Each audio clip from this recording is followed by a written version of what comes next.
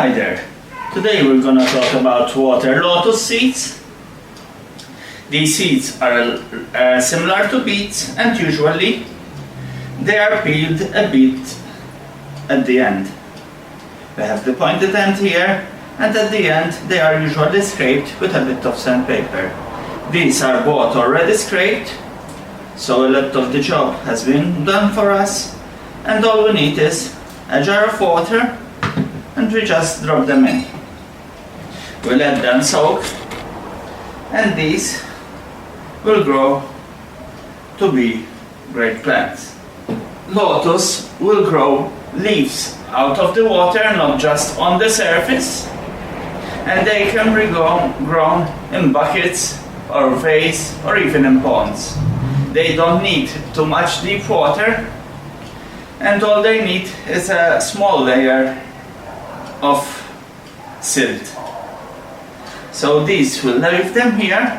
Some will float, no worries about them. We'll put them in a semi-shaded area, and after a couple of days, around 4 or 5 days, they will sprout. You can see the sprouting coming out from where it is a bit sanded, and that way you'll know you have great seeds. Okay, we'll continue this video when they sprout out. Thank you. Hi there. It's been around 2 days. The seeds have been in a half sun, half shaded place, and the lotus seeds have started to grow. 3 of them. 2 seem not promising, but 3 of them are promising a lot. Let me pull one and I'll show you. The water is changed on a daily basis, and here we can see the green leaves got out from the part that was sanded, and the seed is splitting along. The roots will come out sooner. As you can see, the growth of 2 days is nearly up to, I'll show you on the ruler, it's nearly up to 4.5 centimeters, which is a great growth. So the other ones are still a bit lacking, but let me show you if they have any growth. So this one doesn't have any growth on it. Hope you can see.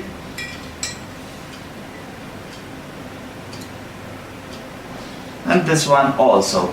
We can give it a bit more of chance. And if the seeds inside will become soft and malleable, usually it means it has rotted away. This one, let me see if I can find it, started germinating today in the morning. This part was still inside, but it was green. You could see from the inside, so it wasn't split up like this. There was only a few millimeters. So in a couple of hours, around 12 hours, it grew up to this size. Tomorrow it will be up to the other one, so it will be this size, and you can see how fast the water lotus grows. Hope you enjoyed this video. Till next time, till we see them in the next step, when they grow a bit bigger, so we can separate them in different bowls. Okay, thank you. It's been around 3 days, and the water lotus have grown all. All the seeds have sprouted, all 5 of them. Another one is still in the germination process. It's still small, so I left it outside in the sun.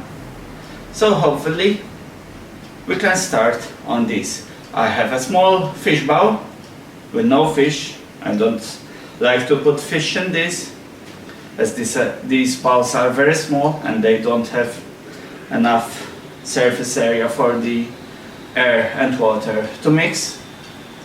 But you can use them for plants, and I'm gonna put, instead of fish, in the near future, maybe some freshwater shrimps. There are red cherry shrimps, these are small, that size, and so they survive well in this area. It's a huge area for them. I won't put a lot of shrimps, around 5-6 is enough for this area. So first we have to put the plants, so the water will develop beneficial bacteria so that the shrimps can live in it. So here we have around 4 plants, and we're gonna plant them in this gravel. We put around 1.5 inches of gravel, so we just grab them from here. Now don't worry if they have already opened the leaves. Usually if they go submerged under the water, the leaves, they will still come upwards. So we just put them below the surface. We grab another one. Now these, as I already said, like to be in a warm area where there is a bit of sunlight. As you can see, there are a lot of roots here, and that's a good sign of a healthy plant. I'm gonna put them all in the same bowl. It will be a bit of a, well, overpopulated, let's say that. But for now, that's all the space I have. This one hasn't even yet got out the roots, but it's shooting out to leaves. So let's put them all here. I try to put them one in each corner. And let me try to fix this leaf. The leaves, as you can see, are able to float in the water. And so that is done. I'm gonna leave it for a week or 2 before I put in the shrimps, so the water will be ready for them. You cannot just put fresh water from the tap and dump the fish directly in it. It has to have beneficial bacteria in it, so let the plants work. Maybe next week I will add some duckweed. It's a small plant with 2 leaves, and to propagate itself, it just splits the leaves in half. Every time it splits, a new plant develops. So maybe next time you'll see a few on the surface. For now, that's all. Maybe in a week or 2 times, I'm gonna show you the finished product. Today we can see the finished product. The Lotus is overtaking the tank, as we can see here. Inside there are a lot of leaves and stalks coming out, and we know that this is creating a small biosphere here. As you may notice, there are 4 red cherry shrimps. Cherry shrimps are ideal for non-heated areas, as they can survive to very low temperatures.